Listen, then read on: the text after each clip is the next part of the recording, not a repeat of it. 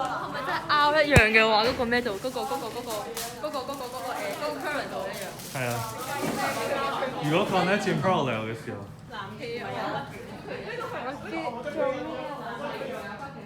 你寫藍記嘅時候咩啊 ？Hello Crystal。南極咪企鵝咯，仲有啲咩？有外星人。南極愛斯基摩人咩？南極外星人啊！咁北極有咩人啊？度度都有科學家㗎。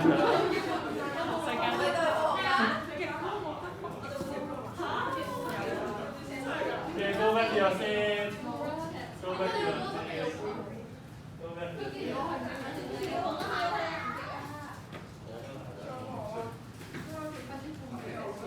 Go back to your seat. Dorothy. Jamina.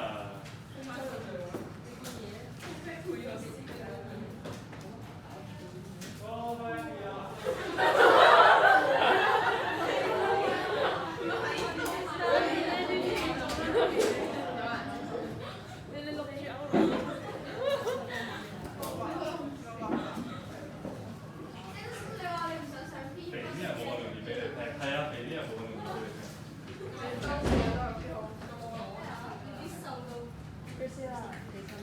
不過其實同高度最大關係啦，真係，因為你 resistance 點樣大都好，你肯定都係細過 air 㗎嘛。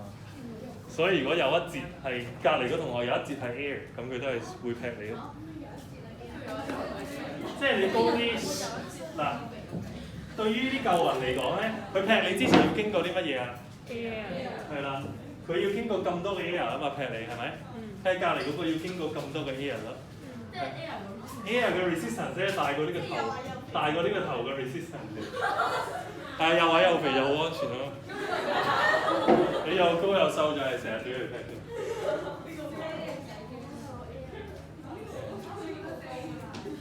Okay. So now turn your book to page 118. So I will teach you one thing you will never understand. So page 118. 因為其實我都唔係好明點解要咁樣 define. So it's just a name. It's just a name, okay? So if you connect the light bulb like this, the potential consumed by this light bulb equals to the voltage of this power supply, correct? So all 10 V will be used by this light bulb. OK? 係咪廢話呢個？好啦，咁我哋加咗呢嚿嘢之後，係咪10 V 都俾呢個 light bulb 用晒啦？唔係。OK, so if the power supply is 10 V, OK, so maybe 5 V is consumed by this resistor. Okay, so 5 V for this light bulb, 5 V for this variable resistor. So in this case, the voltage is divided, right? The voltage is divided, right? Yes. So we call this potential divider. 完咗啦，呢嚿嘢咧，佢卡住呢嚿嘢咧叫 potential divider。咁佢唔係一嚿嘢，你冷靜啲先嚇，先抄住先。你本書有嘅 on page 118，佢圈住呢嚿嘢 ，so we call this potential divider。咩意思咧 ？Wherever you see something split the voltage into 2 or 3 or 4, then we call this potential dividers。其實咧係廢話嚟嘅，我都唔知點解要 define 啲咁嘅嘢。嗱。再俾多個例子你就明㗎啦，即係唔一定要係咁嘅樣嘅。譬如咧，加啲咩路啊？係畫3個咯，我覺得。OK，咁而家有冇 potential divider 啊？有啊，因為個 potential divides into 3 parts, right? So this is called the potential divider。淨係框住嗰個地方。係冇得解嘅，佢就係叫呢個嘢 potential divider。你睇下你本書。So in circuit B, the light bulb is connected to an arrangement. So potential divider is the arrangement, the not specific things. 我都唔知我係做咩。唔關事啊，即係反正個 voltage 分開咗就叫 potential divider 啦。我唔知點解佢要 define 呢個咁嘅嘢，不過我就話俾你聽嘅就係就。And its brightness can be changed by adjusting the variable frequency. 咁如果佢喺唔同地方都有？因為呢個 light bulb 係我哋想整着佢，即係呢個 light bulb 咧係我哋唯一想要嘅嘢啦，你可以咁講。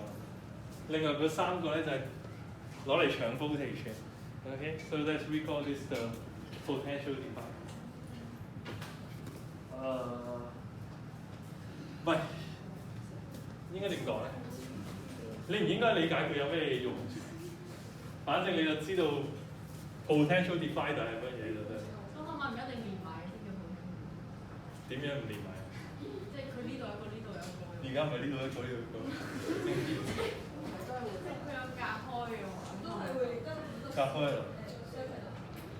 總之就係佢有就叫啦。係啊係啊係啊！係啊，你已經學識咗呢樣嘢啦。我呢世都唔明有咩用啊！不過既然你識咗咁就得啦。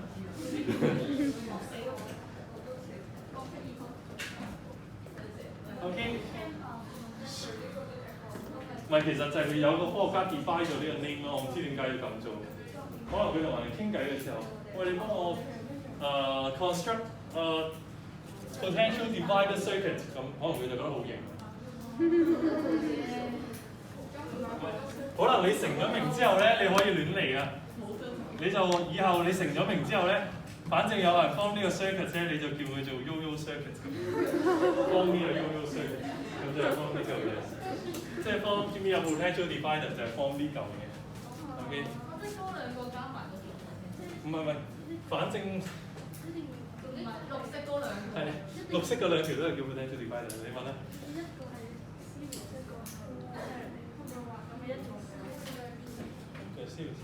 即係咁樣啊！佢已經係淨係計下面嘅啦，已經。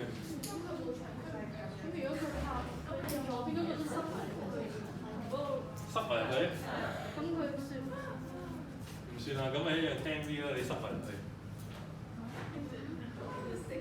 Irene 話：如果將呢個塞埋入去，咁呢個係幾多 V 啊？而家上面10 V 啦，下面又係10 V 啦，你話點 define 啊？而家？唔係，應該係咁樣講。你原本咧，如果就咁駁嘅時候係10 V， 你加咗嚿嘢之後令佢唔係10 V 咧，咁你個 voltage 係咪就少咗？呢個時候就叫做咧有個 potential divider define。如果你咁樣駁，而家咪就係10 V 啊？咁你邊有改變過即係個 current？ 唔係邊有改變過即係個 voltage？ 你咁樣駁係咪10 V 先？你睇一睇。下面嗰個都係10 V 啊。咁咪冇 change 過啊嘛，個 potential 邊有 divider？ 咁如果你講個 yo-yo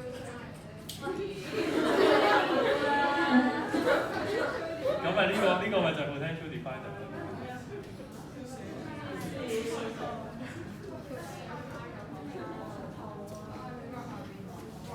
算啦，又咪教中文啊！我每日以下話一個是 potential divider。Okay, so and the figure 21.47， 即係下面嗰個圖咧就話俾你聽咧。So you can use a variable to resistor to be the potential divider. Okay. So what's the meanings? Okay, so you have something like this. 好啊，最就低人，叫我低 B 就低 B。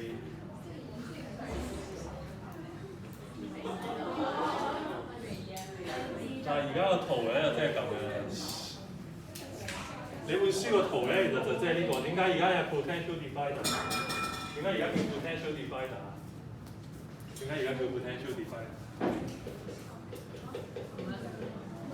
呢個圖係咩樣啊？即係佢話咧，you can use one variable resistor to be the potential divider。咁咧呢個圖咧就變咗。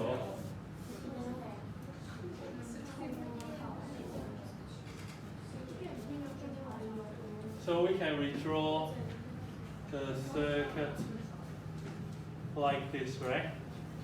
So it's obvious that this is the potential divider. 唔係，拍錯咗，哎呀！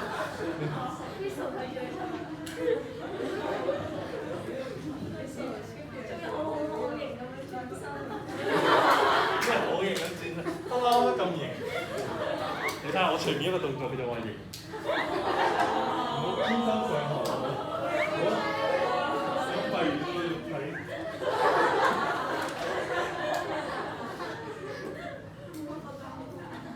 冇啦，完咗啦。Okay, so turn your book to page 120. Page 120. Do check point 11, question number 1. 好低 B 啊，其實。Check point 11, question number 1. I give you 30 seconds. 29.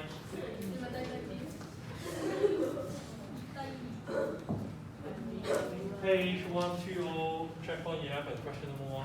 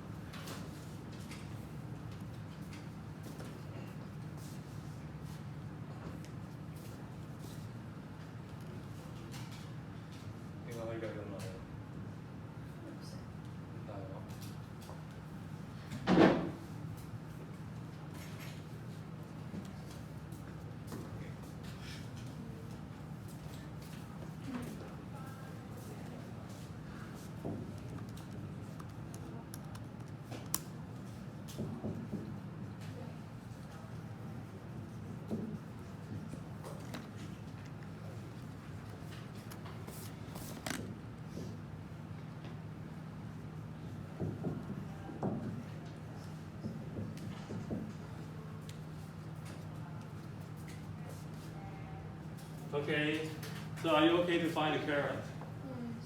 其實個圖就係咁啊 ，V equals to IL. So use 3 seconds, then you can find that the current is 0.02. So if you connect the voltmeter here, so what is the readings of the voltmeter? 3V 係咪？因為其實佢大家都係 3V 啊嘛。好啦，咁咧 ，so if we connect the voltmeter here, then sure you see 6V. So that's all. 冇啦，完咗啦，呢題。呢題目話俾你聽啲乜嘢啊？有關係啊！見唔見到呢有兩個 resistor 啊？呢兩個 resistor 咧係咪 define 咗呢個 voltage 啊？所以佢哋係 potential divider。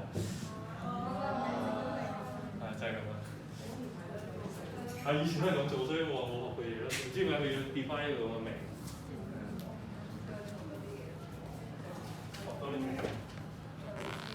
Okay, so now I will introduce 2 types of resistor. The first one is something you see in all the calculations. 呢一個 resistor 係咩樣㗎？咁嘅樣，睇到啲咩嚟啊？咁咧我陣間就會傳落嚟啊。咁咧佢生前唔係咁嘅樣嘅，佢生前咧兩邊都有嘢嘅，即係我畫佢出嚟啦嚇。畫完啦。咁咧佢生前咧係兩邊都有電線嘅，我剪開咗。咁你望一望入邊咧，你會見到啲咩咧？佢係一嚿嘢咯，即係佢可能係用一嚿碳啊或者一嚿乜嘢，即係 resistance 大啲嘅嘢，佢唔係翹好多條線喺度。咁咧呢個就傳落去啦，呢個冇乜特別嘅。咁咧係超級細粒嘅。好啦，呢一嚿係咩啊？呢粒粉紅色嘅。呢粒粉紅色嘅。嚇？我都睇唔。呢粒粉紅色嘅 light dependent resistor， 陣間會傳去。light dependent 有冇人識畫啊 light dependent resistor？The circuit symbol 就 light dependent resistor。咩？冇人識畫冇得試喎，因為我好識畫。冇喎，冇喎，冇就算啦。遲啲畫翻點畫啦 ，OK？ So this is the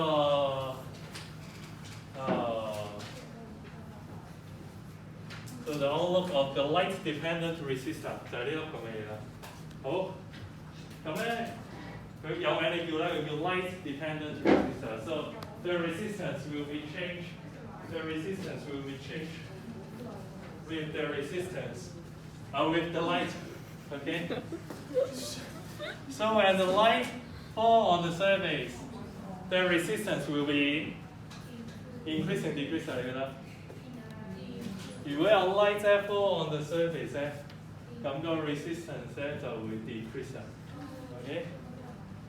咁如果你遮住佢咧，個 resistance 咧就會 increase to infinite。咁咧，因為佢出邊有層 coating 嘅，即係啲 chemicals 嚟嘅。當有光嘅時候咧，咁佢嗰個 coating 就會佢會變咗透明或者導電啦，你可以咁樣。跟住冇光嘅時候咧，咁嗰個 chemicals 又唔知會發生咩事，唔記得咗啊。反正冇光嘅時候咧，個 resistance 就係無限大嘅。OK， 咁樣寫啦。With light, okay, so the resistance will be decreased. Okay, so when there is no light, the resistance becomes infinite. So can you think of one application of this kind of resistor? Can you think of one? 有咩用啊？呢嚿嘢？呢個 variable to resist。咁咧嗱，我而家幫大家駁個 circuit 啫。咁咧駁喺個 buzzer。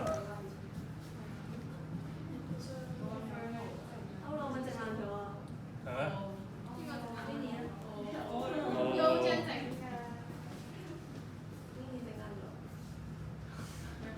？Okay, so now we connect this light-dependent resistor with a buzzer, with a battery. Then what will happen of this circuit when it is in darkness? 如果 in darkness 會唔會響啊？喺暗房係唔會響嘅，因為冇光嘅時候咧 resistance 無限大，咁就唔會響。有光嘅時候咧，咁佢就會響啦。咁可以用喺邊度啊？一着燈係咪響警號？有埋去 photocopy 㗎。咁以前咧啲相，而家啲相都係要曬出嚟啦，係咪？咁咧同埋以前嗰啲用菲林咧，係咪唔可以照光㗎？咁咧就要去嗰啲黑房度曬相啊嘛，係咪？咁所以咧，如果一有光咧，咁佢就會響啦，就話俾你聽，而家呢個環境唔安全，就唔可以曬相。當然有其他 application， 即係你可以用係，即係呢個咁低啲嘅 circuit 咧，咁就可以用喺啲一定要維持黑嘅地方。我以前讀大學嘅時候都係，即係可以用完嗰啲顯微鏡咧影相，唔似而家咁可以 save 落 USB 嘅。佢真係有件菲林咁樣。跟住隔離嗰間房咧就係間黑房啦，跟住就10幾個人入去曬相，通常都曬唔到出嚟，因為緊有一個人話好急尿，跟住又唔出聲就開門，跟住10幾個人追住佢打。好啦，咁咧就係呢個 light dependent resistor， 粉紅色嗰粒啊，傳緊落嚟啦。OK。And so now, turn your book to page 120. Page 120. Page 120. So 係啦，有冇人有 iPhone 啊？借佢。好大啊！好啦，嗱，唔係。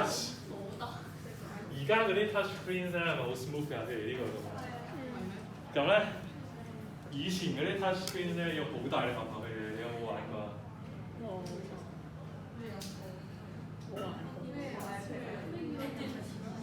以前嘅 touch screen。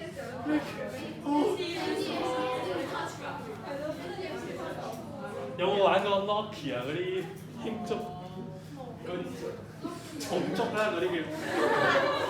喂，你有冇按嗰啲 screen 要好大力按落去啊？會按電嗰啲啊？係啦。有咧，有啲熒幕咧要好大力按落去咧，佢先 detect 到嘅。咁嗰啲其實係用咗咩原理咧？嗰啲用咗咩原理啊？係啦，嗰度有講啦。點解以前嗰啲咧，你要咁大力篤落去先得啊？因為以前嗰啲咧其實咧係有兩塊嘢喺度。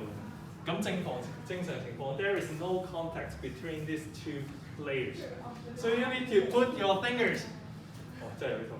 Okay, so and then to make these two layers connect with each others. Okay, so then the screens will detect, oh, there is something touching me. Okay, so I need to put a pause here. 而家嗰啲咧係我哋叫做用呢個 capacitor。咁咧有靜電就得啦，反正你可以咁樣諗啦。即係你擺，總之而家嗰啲咧其實都係可以講係分兩層嘅，但係咧只要你擺隻手指喺度咧，你隻手指如果有靜電咧就會影響咗佢 ，OK？ 所以佢就唔使好大力按落去。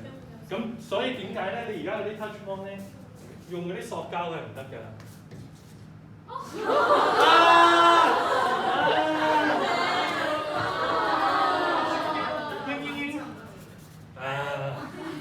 唔係嘅，因為呢個膠咧可能都可以 create charge 嘅，但係呢邊唔得咯。咁但係咧，即係大部分咧冇 charge 嘅，所以你點解你 iPad 要買嗰啲專用嘅筆咧？其實都係呃錢嘅，即係其實佢可以 create some kind of charge 嘅，你可以咁樣，咪就呃錢咯。自己整一支咯。你呢支嘢一樣可以寫落去嘅，或者你買啲白膠漿，一樣可以寫。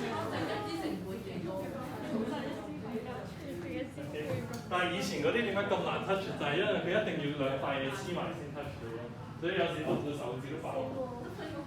或者咧，有時有啲人按到太大力咧，嗰兩塊嘢永遠都黐埋咗一齊。唔知你有冇試過玩呢個嘢啊？應該實有嘅。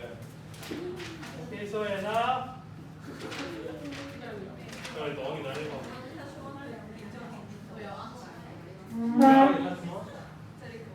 呢個 touch on， 咁佢呢兩塊嘢咧掂埋一齊嘅時候咧，你當一個 positive terminal 一個 negative terminal， 咁 current 就會喺呢個點度行。Light dependent resistor。跟住即係令到顯示嗰啲嘢。個 structure 就係咁，咁唔識個舊。呢個係有兩塊，但係呢兩塊嘢唔使 in contact， 佢就 detect 到嘅。係啊，即係你可以咁諗咯，即係你 will affect the movements of the electrons， 即係你擺隻手指喺度就已經可以影響咗嗰啲 charges 嘅 distribution 咁所以你就唔需要掂佢。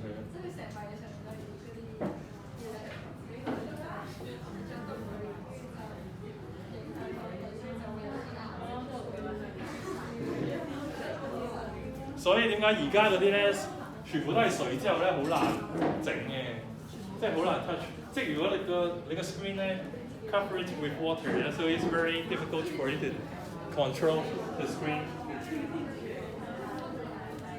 Okay, so turn your book to page 132. Turn your book to page 132. 132. So there is an equation. There is an equation.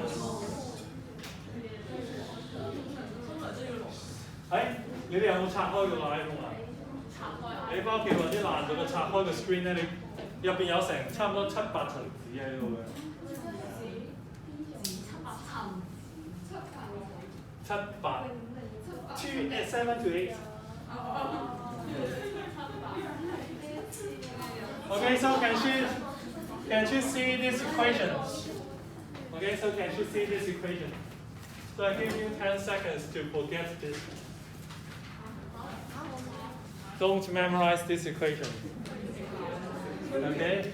Don't memorize this equation.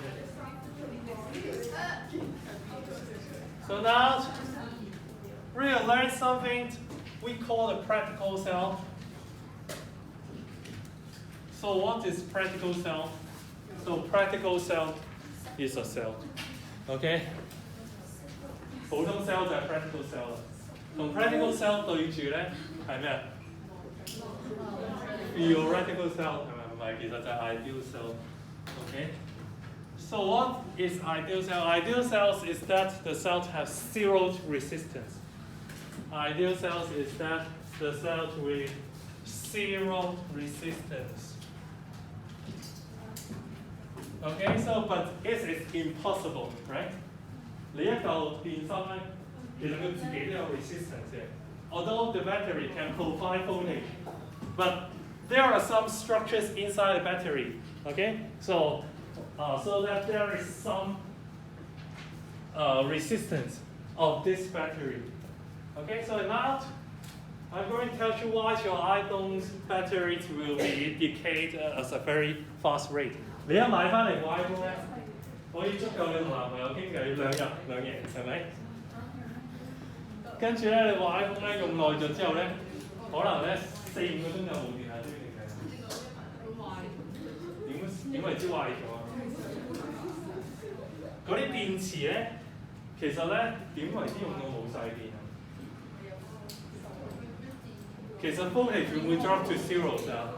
你可以買一粒電芯啊！你用晒嗰啲電之後咧，佢個 voltage 咧 won't drop to zero。The voltage won't drop to zero.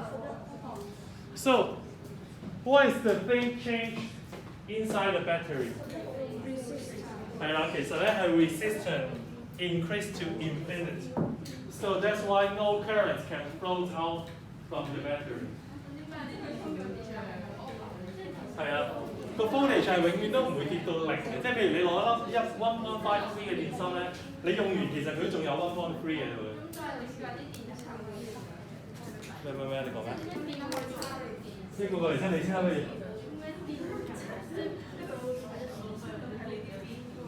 即係同佢入邊 chemicals 有關，呢個 decompose 嘅。咁佢 resistance 咁大，但係佢啲即係 current 出得你話得入。你唔係話差咯？哦。我冇話抄落嘅，我抄落嘅。你唔係話抄落電底啲電池唔係，即係我話佢有 voltage，但係流唔到出嚟，因為佢 R 係無限大咯，所以 current 係。叉電嗰啲電係而家講一講個 structure 先。Okay, so the batteries of your phones is something like this. So there are different layers. So, okay, so in between of the layers, there are some electrons, okay? 咁咧，你用你部 iPhone 嘅時候咧，其實就係、譬如呢個係王者，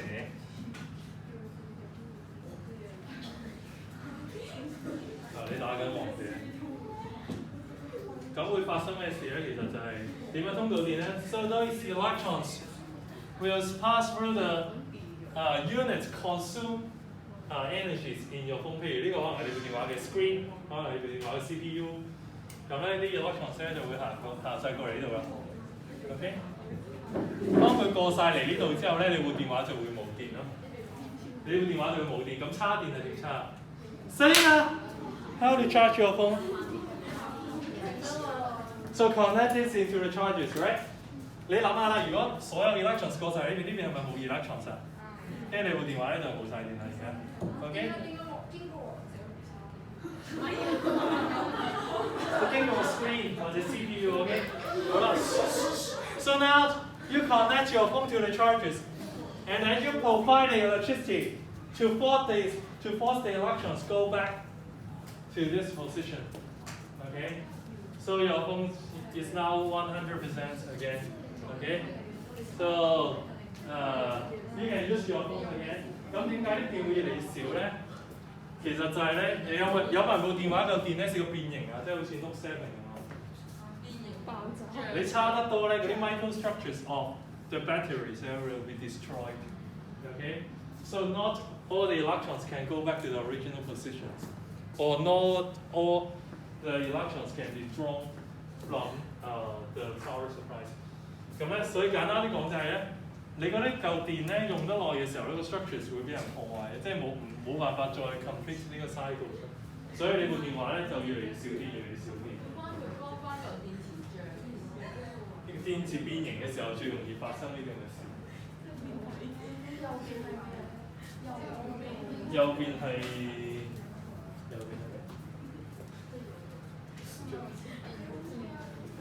右邊你當佢係一個 negative terminal。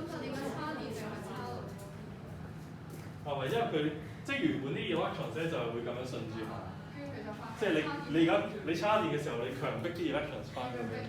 呢邊擺個 negative terminal， 呢邊擺個 positive terminal， 即係夾硬扯翻啲 electrons。即係漏電就係因為佢哋自己嘅。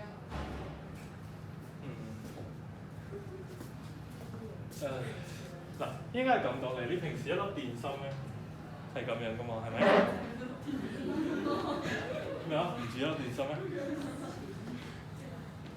跟住咧，你嗰啲current 咧係咪 flow from the positive terminal to the negative terminal？ 跟住你叉電嘅時候咧，係點樣叉咧？你夾硬咧令個 current 即係倒翻轉嚟行，即係所有嘢倒翻轉嚟行咁樣，就會叉到電啦。但係咧，當你叉得多嘅時候咧，嗰個 battery 咧冇辦法可以倒翻轉嚟行咧，咁就會用唔到呢個 battery。其實即係一直啲電都係我部手機啊。嚇？即係純粹一直啲電都係我部手機，即係純粹我轉翻佢哋喎。係啊係。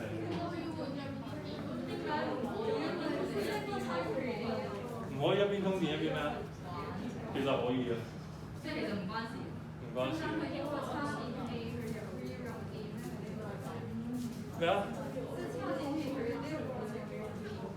插電呢個過程用唔少啊。咁你要令佢喐啊嘛，即係你哋而家坐晒度，我要令佢喐，我咪要 provide energy 咯。即係一邊即係個插電器嘅一邊就係啲咩嘅設計。Selina wake up！ 但係佢唔係本身已經一邊呢個電話咧，佢唔係自己喐嘅。係啊，遲啲開幅圖俾你睇，下一堂開幅圖俾你睇。我哋今日好重要，12點就唔可以講書，不嬲都唔可以講書。12點係不嬲都唔可以講書。Okay, so now rewrite the equations on shown. So if you have a battery, okay, so you connect the battery with a resistor, okay. So if it's ideal, if the battery is ideal, then the power supplied of this battery equals to the voltage consumed, right? If the battery is ideal. 好啦，如果個 battery 係 ideal set 咁嘅圖，其實就係咁樣。OK， 咁咧呢個就等於呢個啦。ideal 嘅時候就係咁啦。好啦，如果唔 ideal 即係咩意思咧 ？So if it's not ideal, that means there is resistance of this battery. We just small out for this resistance in the battery, and we call this the internal resistance. We call this the internal resistance. 即係呢粒電芯咧，自己本身就有 resistance 啊。咁我哋可以點樣做啊？我哋咪可以畫埋佢出嚟咯，係咪？我哋可以畫埋粒電芯個 resistance 出嚟 ，O 唔 OK 啊 ？O 唔 OK？O 唔 OK？ 上呢度分析咩 ？OK， 我哋可以畫埋個電芯個 resistance 出嚟。咁而家呢個 V 等於幾多啊？而家呢個 V 等於幾多？而家下面個 V 會唔會仲係等於 epsilon 啊？唔會，因為咧而家咧係 ，so for example if the current pass through this battery is I, okay, so epsilon equals to V plus I out, right? Epsilon equals to this V plus I out， 呢個都係 V 嚟嘅，呢個係 V。呢個 I out 咧就等於 V 嘅 ，OK？咁咧 ，so we arrange the equations then you will get V equals to epsilon minus IR, okay? So which is the equations for in your yellow box. So do not memorize the equations in the yellow box. So again, if there is resistance for this battery, then you can draw the resistance here. Okay, so in the second, this resistor represents the resistance of the the battery. Okay? So and the voltage across this resistor is IR, right? V equals to IR. So that the voltage supplied, okay, so epsilon equals to the voltage consumed by this resistor V, and the voltage consumed by the internal resistance, small r, okay? So which is V equals to IR. So rearrange the equation. So V equals to epsilon minus IR. Okay? So that's how you derive the equation. So actually, you learned nothing in this section. Okay? So you learned nothing in this section. So when someone tells you that there is the practical cells, that means for this cell there is resistance. Then you draw one more resistor here to represent the resistance of the battery. Okay?